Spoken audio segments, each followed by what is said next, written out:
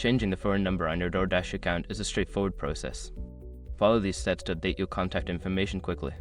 Step 1. Open the DoorDash app. Launch the DoorDash app on your smartphone.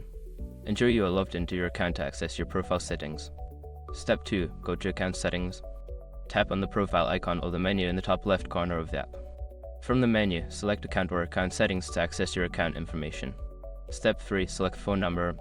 In the Account Settings, look for the option labeled Phone Number. Tap on it to proceed to the section where you can edit your current phone number. Step 4. Enter new phone number.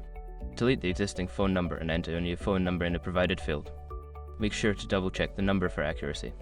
Step 5. Save changes. After entering your new phone number, look for a Save or Update button and tap it to confirm the changes. You may receive a verification code via SMS to confirm the new number. Once you have completed these steps, your phone number will be updated on your DoorDash account. If you encounter any issues, consider reaching out to DoorDash support for assistance.